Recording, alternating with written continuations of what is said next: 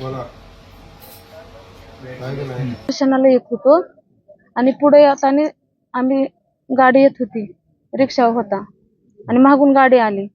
त्याला मी थांब म्हणते थांब, तरी त्याने आम्हाला ठोकलं आणि त्याने गाडी सोडून दिली आणि पुढे पळत आला. आणि एक दोन गाडीवाले होते, ह्यांचेच होते. त्यांनी थांबवलं रिक्षावाल्याला.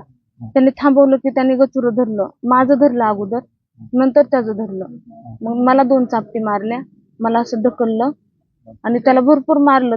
त्याला चक्कर आली, ते बेशुद्ध पडला. आम्ही उचलतो, ते मला उचलना तरी वरून आम्हाला मारते. आम्ही दादा बोलते 4 वेळेस, दादा नको दादा काय झाले सांग, तर त्याने तरी मारतच होता वरून आम्हाला. हे सगळे आरडत होते गाडीत. ते बाळ होतं माझ्या मांडीवर, ते बाळाला पण हिसकावून घेतलं, ते खाली पडलं.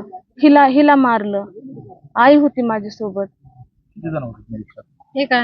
आणि एक काकू पण होत्या ना दुसऱ्या, त्यांचं पण माझं गळ्यातलं तोडलं, अंगठी काढली.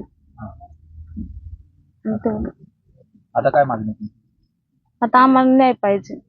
मारणारे किती जण होते आणि किती मोठा प्रमाण? 5-6 जण होते, 10 जण होते, परत भरपूर लय जमले. तुम्ही काय म्हणत होता?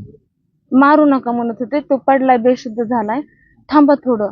तरी पण ते वरून मारतच होते. मी उचलत होते, मला ते उचलत नव्हता. सगळे लोक त्यांचेच होते.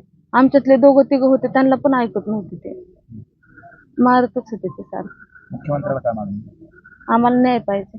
ये जो घटना हुई है ये तो बस तिरपल इशू के लिए हुआ है। एक छोटा सा रोड एक्सीडेंट हुआ था एक ऑटो और बाइक के बीच में। उसके बाद थोड़ा मेन रोड पे हुआ था, इससे थोड़ा बहुत लोग जमा हुए, उसकी वजह से थोड़ा बहुत सिचुएशन थोड़ा ये हो गया, गड़बड़ हो गया। उसके बाद में जो भी सिचुएशन घटी हुई है सब सीसीटीवी में कैप्चर हुआ है।